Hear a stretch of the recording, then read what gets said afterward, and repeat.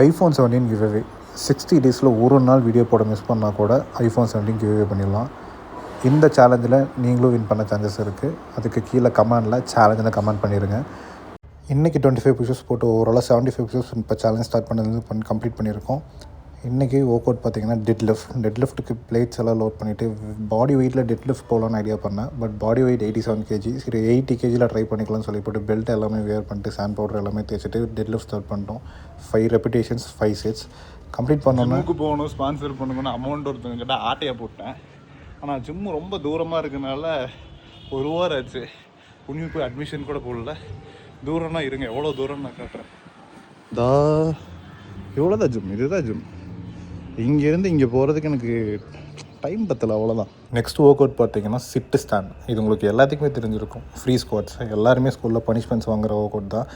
But என்ன 1000 போடலான்னு idea பண்ணேன். ஒரு 20 போட்டானே தெரிஞ்சிருச்சு இல்லை நமக்குனால முடியாது அப்படிங்கிறதுக்கு. ஸோ அதனால் 100 வரைக்கும் கஷ்டப்பட்டுட்டு போட்டுட்டு இன்றைக்கி இதுவும் கிவ் அப் பண்ணியாச்சு. ஸ்வெட்டிங் எல்லாமே கொஞ்சம் நேரம் பிளாங்க் அவுட் ஆகிட்டேன். ஒர்க் அவுட் கம்ப்ளீட் பண்ணிட்டு வெளியே வாக்கிங் அப்படியே கையோட இருந்தாலும் போயிட்டேன். வாக்கிங் ஸ்டார்ட் பண்ணுறப்போ டைம் பார்த்திங்கன்னா 9:40.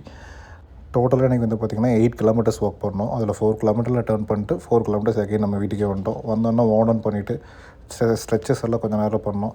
பட் என்னென்னா பாடி ரொம்ப டயர்ட் ஆகிடுச்சு. நாளைக்கு பார்ப்போம். சேலஞ்சுன்னு கமெண்ட் பண்ணி